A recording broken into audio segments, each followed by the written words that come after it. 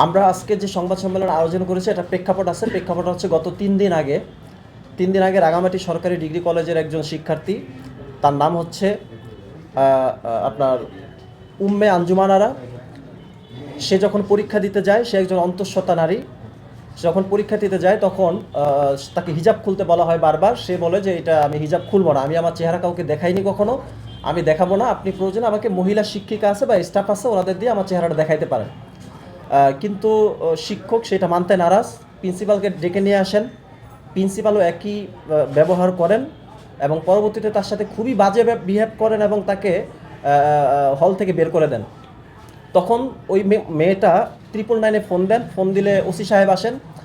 OC সাহেব প্রিন্সিপালের কাছে রিকোয়েস্ট করেন যে মেয়েটা তো বলতেছে না যে আপনারা তাকে চেক করতে পারবেন না, এই কথা বলতেছে না। মেয়েটা বলতেছে একটা মহিলার মাধ্যমে তার চেহারাটা দেখা হোক, তাকে মানে আইডেন্টিফিকেশন করা হোক। তো সে তো খারাপ কিছু বলে না, আপনারা এটা করেন। পরবর্তীতে ওসি সাহেবের সাথেও রাঙামাটি সরকারি ডিগ্রি কলেজের প্রিন্সিপাল খুবই বাজে বিহেভ করেন। পরবর্তীতে তাকে পরীক্ষা দিতে দেওয়া হয় না। এটা নিয়ে আপনারা জানেন সারা দেশে তোলপাড় সৃষ্টি হয়।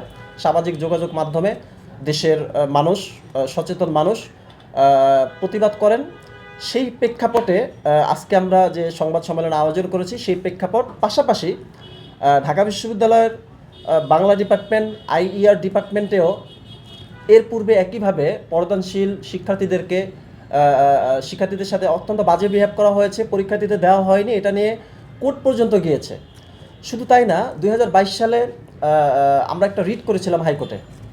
2022 সালে ভুক্তভোগী শিক্ষার্থীদের নিয়ে আমরা একটা রিট করেছিলাম হাইকোর্টে এই পর্দার বিষয়ে, যে মেয়েরা শিক্ষা প্রতিষ্ঠানে বোরকা পড়তে পারবে কিনা। তখন কোর্ট আমাদের পক্ষে রুল জারি করেন, বলেছিলেন যে বোরকা হিজাব পরা হচ্ছে সাংবিধানিক অধিকার। এটা হাইকোর্ট থেকে বলেছিলেন যে বোরকা পরা হচ্ছে সাংবিধানিক অধিকার। এটা আপনারা গুগলে সার্চ দিলেই পাবেন, সমস্ত পত্রিকায় তখন এসেছিল 2022 সালে। এবং হাইকোর্ট থেকে একটা তদন্ত কমিটি গঠন করার কথা বলা হয়েছিল। শিক্ষা মন্ত্রণালয়কে নির্দেশ দিয়েছিলেন যে যেসব শিক্ষা প্রতিষ্ঠানে পর্দানশীল মহিলাদেরকে হেনস্থা করা হয় এবং তাদের শিক্ষার অধিকার থেকে বঞ্চিত করা হয়, এইটার তাদের বিরুদ্ধে ব্যবস্থা নিতে হবে, একটা তদন্ত করতে হবে। তো সেইটার পরবর্তীতে আসলে আমরা খোঁজ নেই নাই যে হাইকোর্টের সেই নির্দেশনা শিক্ষা মন্ত্রণালয় কতটুকু বাস্তবায়ন করেছে।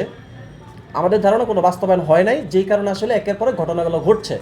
শুধু তাই না, ঢাকা বিশ্ববিদ্যালয়ে যখন বাংলা ডিপার্টমেন্টে এবং আইআর ডিপার্টমেন্টের কয়েকজন শিক্ষার্থীকে হেনস্থা করা হয়, পদানশীল শিক্ষার্থীদেরকে, এবং পরীক্ষার হল থেকে বের করে দেওয়া হয়, তখন ঢাকা বিশ্ববিদ্যালয়ের শিক্ষার্থীরা অর্থাৎ আমরা এর প্রতিবাদ করেছিলাম।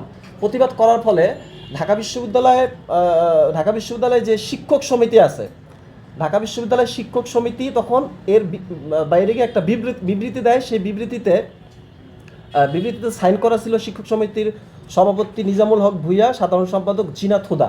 হ্যাঁ, ওনারা স্বাক্ষরিত যে বিবৃতিটা দেয় ওনারা, সেখানে ওনারা বলেছিলেন ঢাবি কোনো ধর্মীয় প্রতিষ্ঠান নয়, এবং যারা ঢাবিতে অস্থিতিশীল পরিস্থিতি তৈরি করতেছে তাদের মতে যারা হিজাবের পক্ষে, মানে যেসব মেয়েরা শিক্ষার্থীরা হিজাব পরার কারণে হেনস্থার শিকার হয়েছে, এইটার প্রতিবাদ যেসব শিক্ষার্থীরা আমরা করেছিলাম, আমাদেরকে বলছিল যে আমরা অস্থিতিশীল পরিস্থিতি তৈরি করছি এবং আমাদেরকে উনি কঠোর শাস্তির আওতায় আনবেন ওনারা।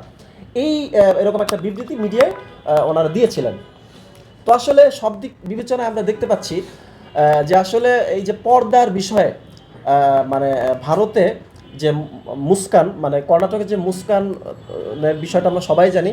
তিনি যখন পর্দা করে বোরকা পরে ওনার কলেজে যাচ্ছিলেন, তখন এই হিন্দুত্ববাদী গোষ্ঠী গেরুয়া বাহিনী তারা জয় শ্রীরাম বলে বারবার মেয়েটাকে হেনস্থা করার চেষ্টা করছিল এবং বাধা দেওয়ার চেষ্টা করছিল। তখন তিনি তাদের বাধাকে উপেক্ষা করে কলেজে গিয়েছিলেন, এবং পরবর্তীতে ওই কলেজে যেহেতু পর্দা বা হিজাব পরা নিষিদ্ধ করেছিল, সেই কারণে ওই কলেজের প্রিন্সিপালকে মানে ভারত সরকার শ্রেষ্ঠ শিক্ষক হিসেবে মনোনীত করেছিল। খুবই আপত্তিকর এবং দুঃখজনক ঘটনা। তো এই ঘটনার পর থেকে বাংলাদেশে মুস্কানের ঘটনার সূত্র ধরে তারই ধারাবাহিকতায় বাংলাদেশে একে একে এই পর্দা বিরোধী বা হিজাব বিরোধী এক একটা ঘটনা ঘটতে থাকে। আপনারা দেখবেন যে গত 10ই ডিসেম্বর ডিপ্লোম্যাট, আমেরিকার একটা মানে ম্যাগাজিন, যেটা সাউথ এশিয়ান মানে পলিটিক্স, ইকোনমিক্স বিভিন্ন বিষয় নিয়ে ওনারা গবেষণা করেন, যে মানে ম্যাগাজিনটা ডিপ্লোম্যাটে একটা প্রতিবেদন ছাপিয়েছে। সেটার অনুবাদ বাংলাদেশের মোটামুটি সব পত্রপত্রিকায় এসছে। সেখানে তারা বলেছে যে বাংলাদেশে হিন্দুত্ববাদীদের উত্থান হচ্ছে। সেখানে অনেক বিষয় ওনারা উল্লেখ করেছেন এবং বলেছেন যে 2006 সালে প্রথম বাংলাদেশে হিন্দুত্ববাদের উত্থান শুরু হয়। এটা হিন্দু মহাজোটের মাধ্যমে। হিন্দু মহাজোট কারা? তারা যে উগ্র হিন্দুত্ববাদী, জয় শ্রীরাম যে স্লোগান দিয়ে ভারতে মুসলমানদের বাড়িঘরে হামলা করা হয়, মুসলমান নারীদের নিপীড়ন করা হয়, এবং গরুর গোস্ত রাখার কারণে, মানে সামান্য গরুর গোস্ত রাখার কারণে ভারতে মুসলমানদের পিটিয়ে হত্যা করা হয় অত্যন্ত নির্মমভাবে। সেটা যেই স্লোগানের মাধ্যমে তারা করে, সেটা হচ্ছে জয় শ্রীরাম। এইটা নিয়ে ভারত অনেক বিতর্ক আছে। যাই হোক, সেই স্লোগানটা বাংলাদেশে আমদানি হয় 2006 সালের দিকে এই হিন্দু মহাজোটের মাধ্যমে, যার সভাপতি হচ্ছে গোবিন্দ প্রামাণিক। তো এটা ডিপ্লোম্যাটের বক্তব্য। তো তখন থেকে শুরু হয়, এবং সম্প্রতি অন্তর্বর্তী সরকার যখন ক্ষমতায় বসেন, তখন থেকে এই হিন্দুত্ববাদীদের আনাগোনা এবং তাদের দেশকে অস্থিতিশীল করা এবং দেশে একটা ভিন্ন রকম পরিস্থিতি তৈরি করার জন্য তারা ব্যাপকভাবে একটা 8 দফা দাবি নিয়ে এসছেন। তথাকথিত 8 দফা দাবি নিয়ে তারা মাঠে নেমেছেন, এবং সেই দাবিতে আপনারা দেখছেন দেশে বিরাট ঘটনা ঘটে গেছে। চিন্ময় গ্রেপ্তার হয়েছে, চিন্ময় সহ আরও অন্যান্য যারা আছে তারা মানে এমন সব অবাস্তব কাল্পনিক দাবি দেওয়া দিয়েছে 8 দফা, যেই দাবিগুলো যদি সরকার বাস্তবায়ন করে বাংলাদেশের 3/1 ভাগ চলে যাবে, বাংলাদেশ থেকে হাতছাড়া হয়ে যাবে। তো এটা নিয়ে আমরা একটা সংবাদ সম্মেলন করবো তাদের 8 দফা নিয়ে, এটা পরবর্তীতে। আজকে আমার ওটা ইস্যু না, আমাদের ইস্যু হচ্ছে পর্দার বিষয়টা। তো আমরা যেটা বলতেছিলাম, হিন্দুত্ববাদীদের যে 2006 সালে যখন মানে তাদের আনাগোনা শুরু হয়, ঠিক 2007 সালে সরকার একটা আইন করে, সেটা হচ্ছে ছবিযুক্ত ভোটার আইডি কার্ড। ছবিযুক্ত, আমাদের যে জাতীয় পরিচয়পত্র আছে সেখানে কিন্তু ছবি তুলতে হয়। তো জাতীয় পরিচয়পত্রের যেই আইনটা আছে ওইখানে ছবি দেওয়া বাধ্যতামূলক না, কিন্তু যখন আপনি ভোটার আইডি কার্ড করতে যাবেন ওইখানে বলা আছে ছবিযুক্ত ভোটার আইডি কার্ড করতে হবে, তো ছবি দিতে হবে। এইটা তৎকালীন তত্ত্বাবধায়ক সরকার আমলে 2007 সালে এইটা করা হয়। এই 6 সালের পরে 7 সালে তৎকালীন তত্ত্বাবধায়ক সরকারের মধ্যে কিছু হিন্দুত্ববাদী লোক তারা এই কাজটা করে।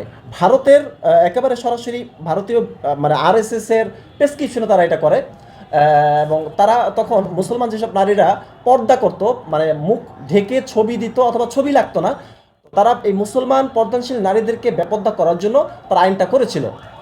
পরবর্তীতে অনেক মহিলা, এখনো পর্যন্ত প্রচুর মহিলা আছে যারা পর্দা করেন, পর্দার খেলাফ হবে, ওনাদের চেহারা অন্য পুরুষরা দেখবে, এই কারণে কিন্তু ভোটার আইডি কার্ডও তারা করেননি। সো তারা ভোটার আইডি কার্ড না করা, ভোটার আইডি কার্ড বলতে মানে জাতীয় পরিচয়পত্র করেননি। জাতীয় পরিচয়পত্র না করার কারণে অনেকে ব্যাংক অ্যাকাউন্ট খুলতে পারছেন না, এবং আপনার জমি রেজিস্ট্রেশন করতে পারছেন না। তাদের যে অনেকের হাজব্যান্ড মারা গেছেন, তাদের যে আপনার রেখে যাওয়া সম্পত্তি নিজের নামে নেবে সেটাও নিতে পারছেন না। অনেক রকম নাগরিক অধিকার থেকে ওনারা বঞ্চিত হচ্ছেন।